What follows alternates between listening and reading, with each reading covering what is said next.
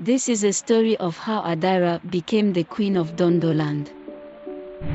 Once upon a time, in the land of Azamaland, there lived a young, beautiful and intelligent woman named Adira.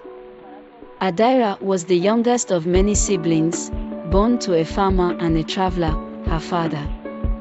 Her father traveled far and wide, acquiring knowledge and ideas about agriculture, which he then brought back to their village and applied, helping to generate income for their family.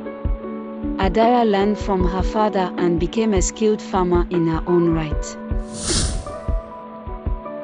One day, Adira begged her father for a piece of land to cultivate, something that was not common in their culture, as land was typically handed down only to male children of the family. But her father, being more open-minded and exposed to different customs and traditions, agreed to give her a piece of land, and she worked hard to cultivate it. This land was located near a forest, where a skilled hunter, named Zara, lived.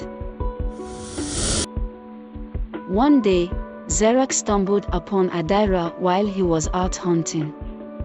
He was immediately struck by her beauty and her unique method of farming. The two began talking, and eventually, they fell in love, spending countless hours together and singing love songs. However, a problem soon arose in the village. A leopard began terrorizing the villagers, causing many to stop going to the farms, particularly in the forest area where the most fertile soil was located.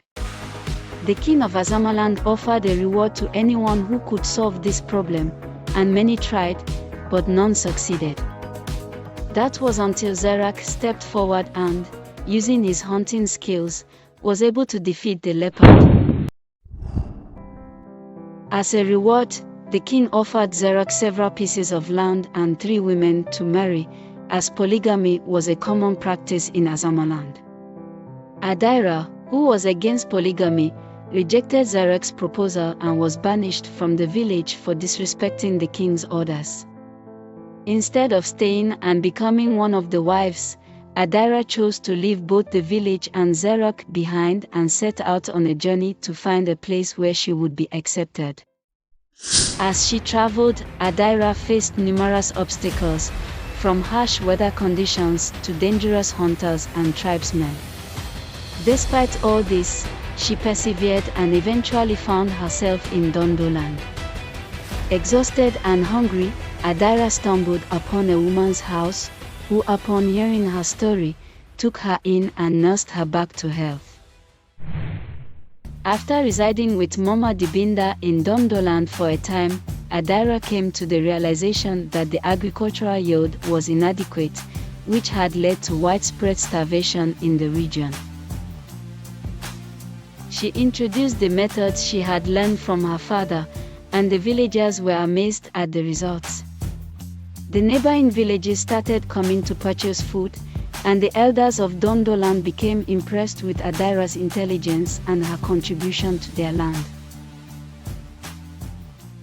After the king of Dondoland passed away, Adira was made queen, and she was honored and revered by all.